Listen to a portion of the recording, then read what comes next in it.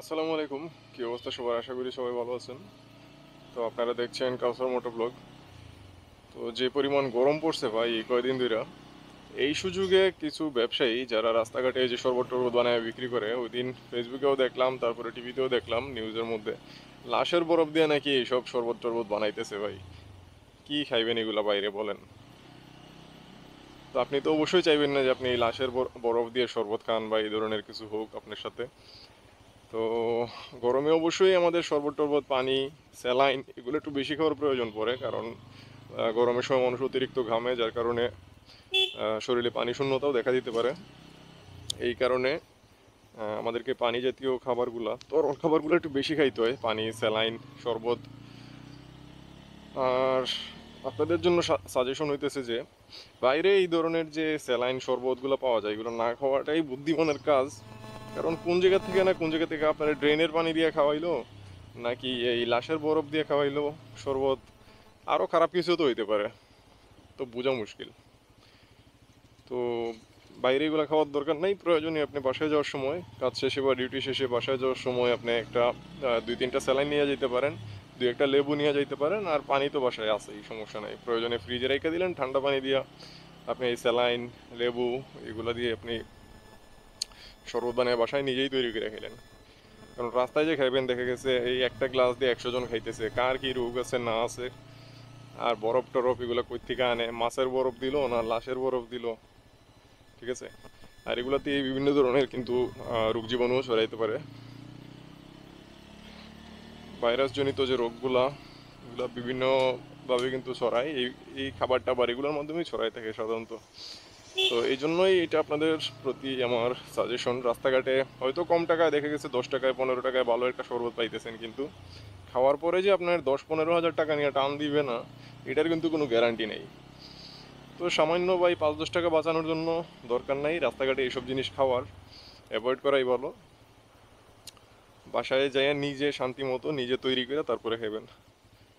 অথবা আপনি একটা দোকান থেকে জুস কিনে খাইতে পারেন, এটাও নিরাপদ আছে, সমস্যা নেই। ঠান্ডার মধ্যে একটা জুস খাইলেন বা একটা অন্য কোনো ড্রিঙ্কস খাইলেন, মানে খোলা জিনিসগুলো না খাওয়ার জন্যই আর কি সাজেশন থাকতেছে।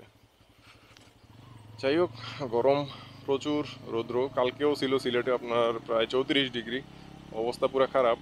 কয়েক জায়গায় রেল লাইনই তো ভাগ হয়ে গেছে গরমে, কুলাউড়া আরও কোন কোন জায়গায় জানি দেখলাম।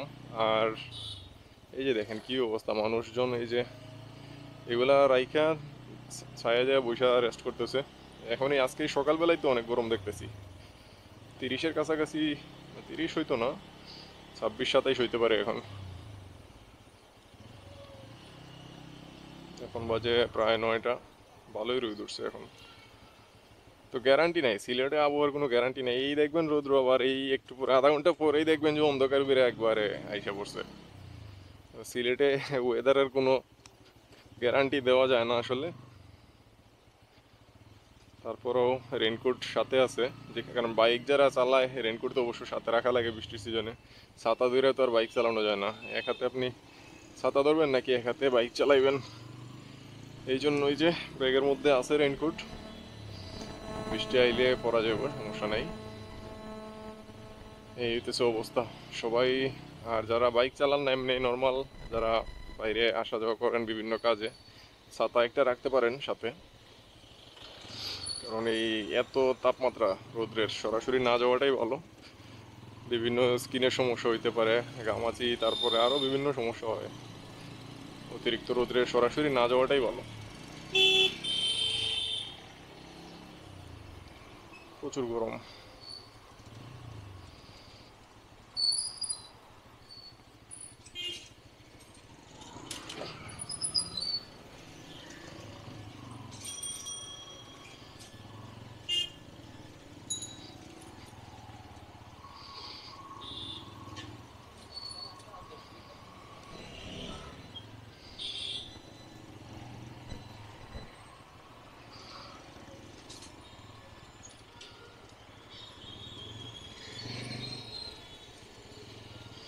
আকাশ অনেক পরিষ্কার, কালকেও অনেক সুন্দর ছিল আকাশটা। কালকে অবশ্য ক্যামেরা নিয়ে বাইরে ছিলাম না।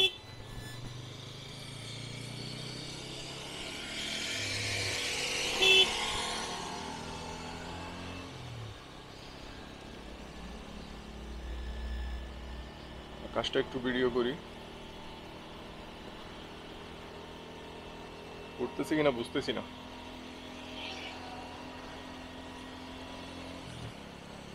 এই যে দেখেন আকাশ, অনেক পরিষ্কার আকাশ, সুন্দর লাগে আকাশের ভিউটা ক্যামেরাতে।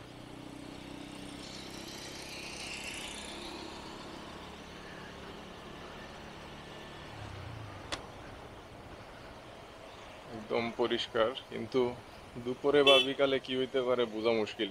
এত পরিষ্কার থাকলেও ওই দিনও ছিল কয়েকদিন আগে ঝুম বৃষ্টি আয় পড়ছে দুপুরে হঠাৎ করে, অন্ধকার করে। দেখা যাক, আল্লাহ ভরসা। আর বৃষ্টি আপাতত না দেওয়াটাই মনে হইতেছে ভালো।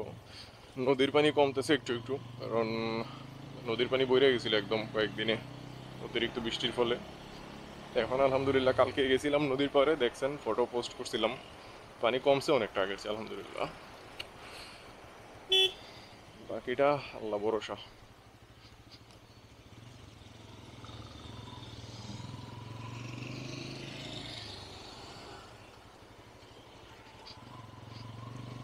যে ডাব আছে রাস্তার পাশে, ডাব দেখতে পারেন, আমি ডাবের কথা কইতে ভুলে গেছি। আহ, এটা যদি খাইতে পারেন মোটামুটি খুবই ভালো, আপনার পানি শূন্যতা প্লাস অন্যান্য কাজে দিবে এটা, ঠিক আছে।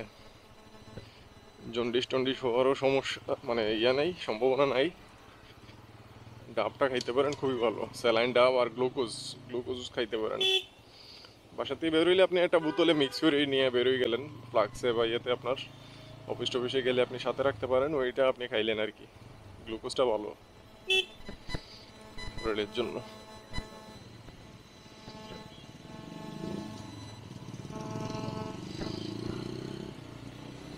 এই যে লেবু বিক্রি করতেছে, 2-3 হালি লেবু নিয়ে রাইখা দিলেন। এখন অবশ্য এই যে শরবতের সিজন আই পড়ছে, মানে গরম, এখন আবার দাম বাড়াই দিব। রোজার সময় তো দেখছেন আপনারা লেবুওয়ালারা কি করছে, 1 হালির দাম 100-150, মানে যে যত পারছে 200 বিক্রি করছে শুধু। বাংলাদেশে সবই সম্ভব, তারপরেও বাঙালি কিছু করতে পারে না। এত কিছু কইরাও দেখেন যে ওই যেমন ছিল তেমনই আছে।